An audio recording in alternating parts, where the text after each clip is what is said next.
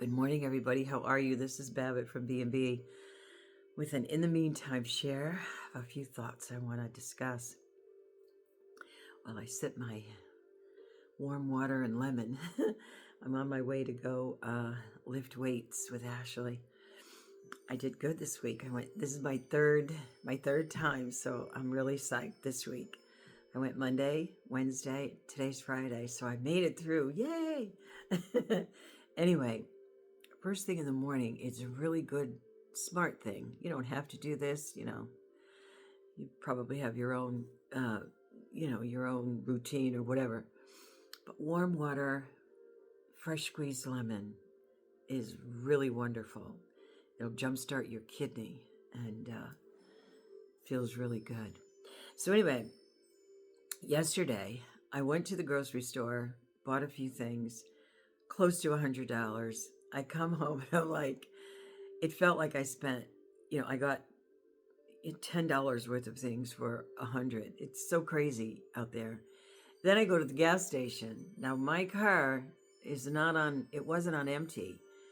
It was getting close to low, but I try to, Dale always says to me, go to the gas station as soon as it comes down, a little bit so you could stay on top. It won't hurt so much, right? But I forget. I don't look at the gauge often enough, I guess. But anyway, go yesterday, $72 later. I was like, this is nuts, right? What are you going to do, right? What are you going to do? You got to buy gas. Anyway, did you know the following? That an eagle can soar to 10,000 feet high. Now, to me, that is probably one of the most majestic birds that I've ever seen. I love the hawks. I have family of hawks here.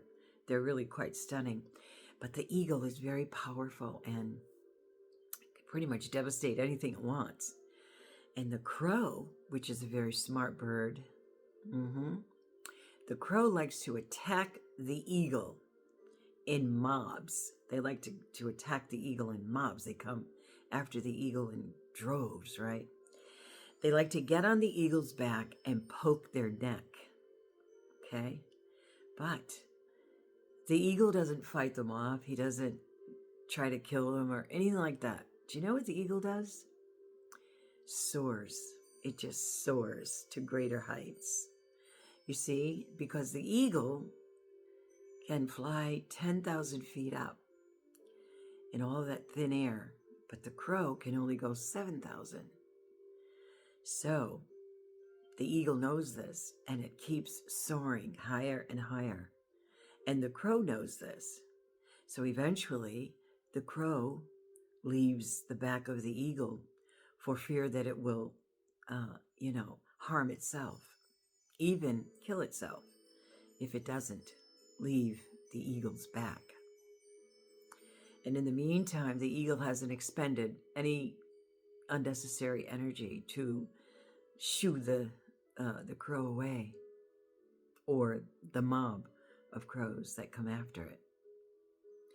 And I think that's an incredible metaphor, particularly during these times, because there's some very, very, very, very dark, evil energy abound. We know this. I don't know about you, but I see it every day. And these energies are cloaked with delusion and sticky smiles and all that nonsense. So we cannot let anyone poke our bear. Hug your bear. A while back, I think when all this not when it first started, because it started a long, long time ago, but sometime last year, I did a little in the meantime on suggesting that you not let anybody poke your bear. Be intentional, stay focused, soar, rise to the occasion. In the words of the most wonderful Maya Angelou, still I rise. Focus on your intention. Focus on what you need to do for your life to be as comfortable as you want it to be, as comfortable as you can create it to be, and shut down all of the noise, the unnecessary noise. We see. Stick to your assignment. It's going to be all right. Sometimes things look like and they feel like they're collapsing and crumbling, and they literally are. And sometimes they need to in order to rebuild in a proper light, you know? So just, you got to hang in there and do not let your fear overpower your faith. Keep putting one foot in front of the other and moving forward. I don't care how slow it is or how quick it is, just keep moving forward. Because you could still rise with the concern, with the pain, with the joy, you know, because there's lots of joy. And we know how to be joyful now. Come on. I know I do. I mean, the last couple of weeks I've been a little kind of lethargic, if you will, because I have certain triggers that remind me of losses and things of that nature. We all do. But I'm feeling much better these days, and I have lots on my plate to do.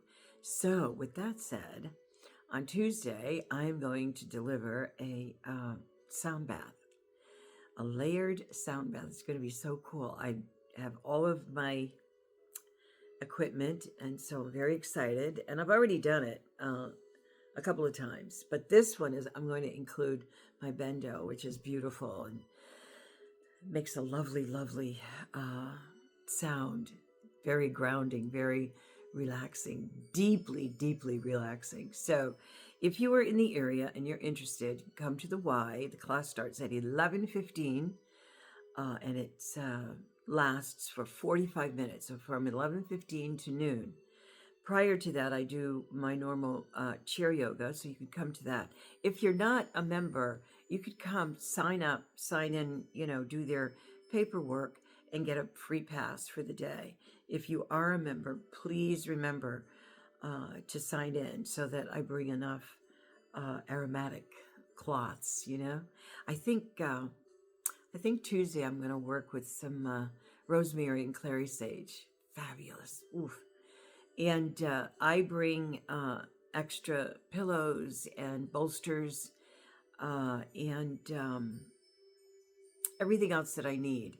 All you need to do is bring your blankie and a pillow and come to relax, release, and enjoy the moments that you will be there to re-energize, reset. If you're feeling sad or anxious and you just don't know which way to turn, come take care of yourself, pour into yourself. Believe me, we all need to do it. I need to do it. I cannot wait. So remember, don't let anybody poke the bear. Be intentional. Stay safe. Stay focused. And it's going to be all right. It really will. I know it doesn't feel and look that way always, because I even have my moments when I'm like, oh my God. But then I have to reground, regroup, and keep marching on, right? Everybody have a great day and stay inspired. And I will see you next time. And in the meantime, I'm going to go lift my weights. Bye-bye for now.